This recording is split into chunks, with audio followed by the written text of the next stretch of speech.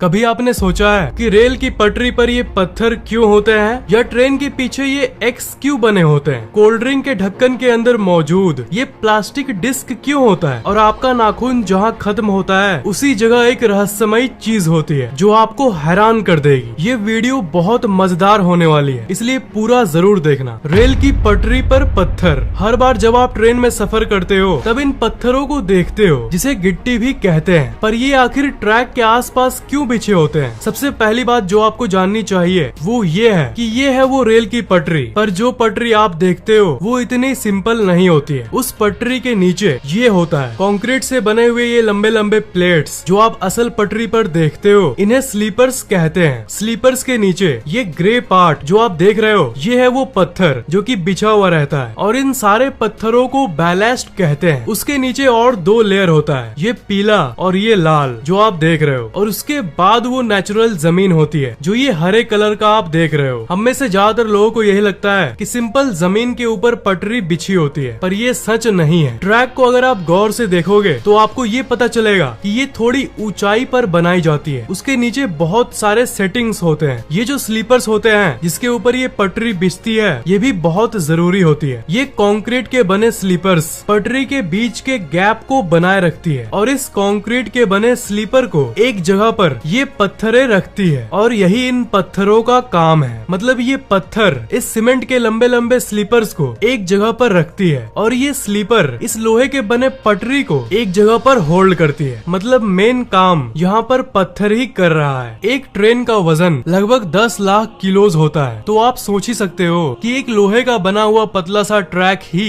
इसे नहीं संभाल पाएगा। एक ट्रेन को संभालने में इस लोहे का और इस कंक्रीट के बने स्लीपर का और इन पत्थरों का, इन सब का मिल के योगदान होता है। पर देखा जाए तो फैक्ट ये है कि सबसे ज्यादा लोड इन पत्थरों पर ही जाता है। ये पत्थर ही वो चीज है जो ट्रैक को एक जगह पर फिक्स रखती है। पर रेलवे ट्रैक के नीचे कोई भी ऐसी वैसी गिट्टी का इस्तेमाल नहीं किया जाता। अगर इन गिट्टियों के बदले गोल गोल सॉफ्ट पत्थरों का इस्तेमाल किया जाता तो वो एक दूसरे से टकराकर गोल गोल घूमने लगते और पटरी एक जगह पर नहीं रह पाती। ट्रेन के वजन के चलते पटरी भी हिलने लगती। इसलिए स्पेशली नोकीले और रफ पत्थरों का इस्तेमाल किया जाता है जिसके कोने गोल ना हो, जिसे कि गिट्टी कहते हैं, ताकि जब भारी ट्रेन उस पर से पार हो तो ये नोकीले पत्थर आपस में अपना अकड़ बनाए रखें, जो कि गोल पत्थर नहीं कर सकते। और इस अकड़ के चलते चलती हुई ट्रेन चाहे कितनी भी भारी हो, ये लोहे का बना हुआ पटरी और ये स्लीपर एक जगह पर फिक्स रहता है। इस पत्थर का और एक काम है, जैसा कि आप जानते होंगे कि अगर गिट्टी नहीं दी जाए तो ट्रैक का कुछ ऐसा हाल होगा, वो घास और पेड़ पौधों से भर जाएगा। तो वो पत्थर इन्हें भी उगने से रोकते हैं और घास को जमने से रोकने के साथ साथ ट्रैक के आसपास पानी के जमाव को भी रोकते हैं। तो अगली बार ट्रेन से सफर करो तो एक बार इन पत्थरों को सैल्यूट कर देना, और लोहे के बने ट्रैक के बदले इन पत्थरों को नोटिस करना कि कैसे ये पटरी को एक जगह पर रखते हैं। पर और एक बात आपके मन में आ रहा होगा कि मेट्रो ट्रेन जो होते हैं उसके ट्रैक में तो इन पत्थरों का इस्तेमाल नहीं होता। तो बात ये है कि जो डायग्राम मैंने आपको दिखाया ये मेट्रो ट्रेन में फॉलो नहीं होता है। डायरेक्ट स्लीपर्स को रखने के बाद ट्रैक को रख दिया जाता है बिना किसी गिट्टी के। ज्यादातर मेट्रो ट्रेन अंडरग्राउंड या फिर ब्रिज पर बने होते हैं, इसलिए पत्थरों का इस्तेमाल नहीं किया जाता, क्योंकि मेट्रो का ये ट्रैक मिट्टी के जमीन पर नहीं बना होता। इसलिए यहाँ न पेड़ जमने का प्रॉब्लम होगा और न ही पानी जमने का। और जनरली मेट्रो ट्रेन का वजन नॉर्मल से कम होता है और वो छोटे छोटे क्यूट से होते हैं, इसलिए यहाँ मेट्रो ट्रेन के पटरी पर इन पत्थरों की जरूरत नहीं पड़ती। ट्रेन के लास्ट डब्बे पर एक्स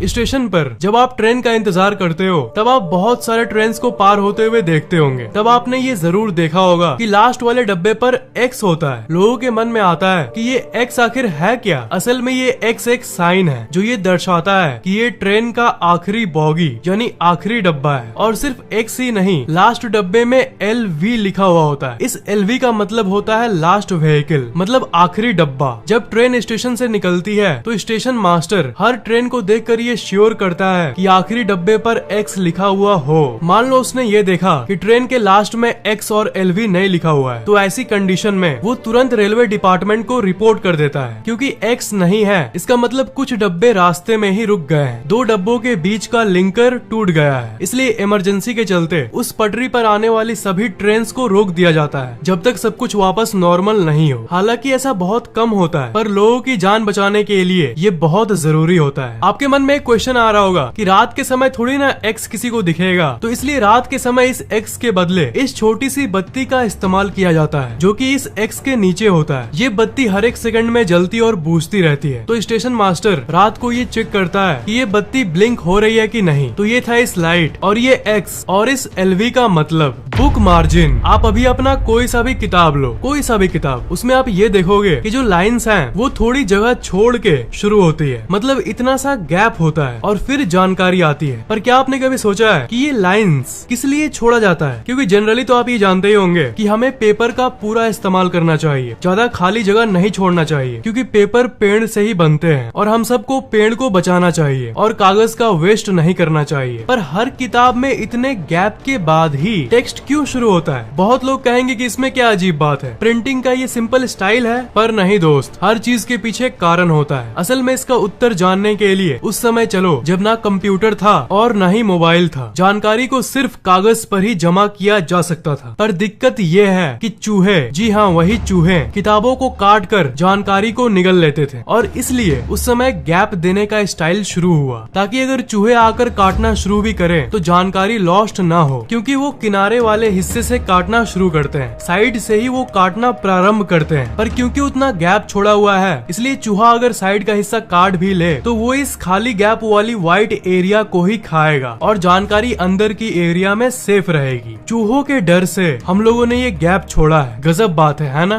बॉटल के अंदर वाली प्लास्टिक रबर डिस्क, आपने जरूर देखा होगा कि आप जो कोल्ड ड्रिंक खरीदते हो उसका जो कैप, जो ढक्कन होता है, उसके अंदर एक रबड़ का ऐसा डिस्क होता है। ये डिस्क एक्चुअली में एक प्रेशर सील का काम करता है, मतलब एक ऐसी चीज जो कि कोल्ड ड्रिंक को और उसमें मौजूद गैस को बाहर निकलने से रोकता है। वही एक चीज है जो कि बॉटल को एयर टाइट बनाता है, ताकि बाहर का हवा उसमें नहीं घुस पाए। सिर्फ ढक्कन अगर हो और ये डिस्क ना हो तो अंदर का गैस थोड़ा थोड़ा बाहर आना शुरू हो जाएगा। पर वो गोल्ड डिस्क एक्चुअली में एक्स्ट्रा प्रोटेक्शन देता है, ताकि थोड़ी सी भी गैस अंदर से बाहर ना निकले। बैग पर बना हुआ डायमंड, सारे बैग्स पर तो नहीं, पर आपने ज्यादातर बैग्स पर देखा होगा कि ऐसा डायमंड शेप का डिजाइन उसके ऊपर बना हुआ रहता है। ज्यादातर लोगों को लगता है कि ये सिर्फ डेकोरेशन यानी सिर्फ डिजाइन के लिए बनाया हुआ होता है, पर नहीं। इसकी फैक्ट जानने के लिए थोड़े समय पहले चलो। पहले के समय में बैग ज्यादातर वो लोग इस्तेमाल करते थे जो हाइकिंग और क्लाइंबिंग करते थे, यानी जो पहाड़ों पर जाते थे एडवेंचर के लिए या फिर रिसर्च के लिए। उन्हें बहुत सारा सामान लेके जाना पड़ता था, जिसमें कोई कोई सामान बैग के अंदर फिट नहीं होता था। इसलिए बैग बनाने वाले ऐसे डायमंड शेप बनाते थे ताकि लोग अलग अलग सामानों को, जैसे एक्स्ट्रा जूतों को, ऐसे टांग पाए। और किसी किसी हाइकिंग बैग पर तो ऐसे बहुत सारे एक्स्ट्रा डायमंड्स बने होते थे ताकि वो बहुत सारे एक्स्ट्रा सामान को टांग पाए। जो इस फैक्ट को नहीं जानते वो ऐसे डायमंड को देखेगा तो उसे तो ऐसे ही लगेगा कि ये सिर्फ डिजाइन के लिए बनाया गया है, पर सच्चाई तो कुछ और ही है, जो कि है कि ये एक्स्ट्रा चीजों को कैरी करने के लिए बनाया गया है। नेल क्यूटिकल्स, आप अभी अपने नाखून को ध्यान से देखो। जहाँ से नाखून शुरू होता है वहाँ से लेकर थोड़ी दूर तक ऐसी पतली लेयर होती है। हो सकता है कि आप अपने सारे अंगुलियों में नहीं देख पाओ क्योंकि ये बहुत पतला और छोटा होता है, पर एक न एक अंगुली में आप ये जरूर देख पाओगे। ध्यान से देखना, इसे क्यूटिकल्स कहते हैं। ज्यादातर लोग इसे यूजलेस चीज मानते हैं और बहुत लोग तो बारीकी से अपने क्यूटिकल्स को हटवा भी देते हैं ताकि उनका नाखून एकदम परफेक्ट दिखे। पर एक्चुअल साइंटिफिक फैक्ट की बात करें तो वो आपके नाखून के हेल्थ के लिए बहुत जरूरी होता है। असल में ये क्यूटिकल एक सुरक्षा कवच की तरह होता है जो कि आपके उस जगह को बैक्टीरिया से बचाता है जहाँ से आपका नाखून शुरू होता है। उस क्यूटिकल के बिना आपका नाखून का जो जड़ है जहाँ से वो शुरू होता है उसमें कई तरह के बैक्टीरिया एंटर कर सकते हैं, इसलिए वो क्यूटिकल आपके लिए जरूरी है। पैन के हैंडल पर छेद, आपके किचन में अगर ऐसी कोई पैन होगी तो उसके हैंडल पर इस जगह पर आपने इस छेद को जरूर देखा होगा। आपको क्या लगता है ये सिर्फ डिजाइन के लिए होता है? सिर्फ पैन में ही नहीं, ऐसे जितने सारे बर्तन होंगे उनमें से ज्यादातर में छेद यानी होल रहती है। 90% लोगों के दिमाग में ये आता है कि ये टांगने के लिए बनाया जाता है, पर असल में ये इसके लिए नहीं बनाया गया। हाँ, टांग सकते हो, पर असल वजह इज समथिंग एल्स। इसका असल वजह ये है, ये स्पून यानी चम्मच को अटकाने के लिए होता है, ताकि जब आप कुछ बनाते हो और बीच में खाने को चलाते हो यानी स्टीर करते हो तो आप स्पून को वहीं पर फंसा पाओ। अगर आप खाने को चला के स्पून को कहीं और रख दोगे तो फिर वो लिक्विड इधर उधर लग जाता है और पूरा मेस हो जाता है। लेकिन अगर आप ऐसे रखोगे तो स्पून से अगर कुछ चुएगा भी तो वो उसी में जाके गिरेगा। इरेजर का ब्लू पार्ट, जी हाँ, उसी इरेजर की बात कर रहा हूँ जिससे पेंसिल का लिखा हुआ मिटाया जाता है। ऐसे जो इरेजर होते हैं जो 2 कलर्स के होते हैं, रेड और ब्लू, इसने मुझे बचपन में बहुत परेशान किया है। बहुत लोगों के मुंह से आपने सुना होगा कि ये जो ब्लू पार्ट है ना, ये पेन की इंक को मिटाने के लिए होता है। अगर आप पेन से लिखा हुआ इसे मिटाने की कोशिश करोगे तो ये आपके पेन से लिखी हुई चीज को और भी खराब कर देगा। ये 2 पार्ट असल में अलग अलग कामों के लिए होता है। इरेजर का ये रेड पार्ट नॉर्मल पेंसिल के लिखे हुए को मिटाने के लिए होता है, मतलब एक नॉर्मल इरेजर। पर ये जो ब्लू पार्ट है ये असल में नॉर्मल कागज से अलग, यानी जो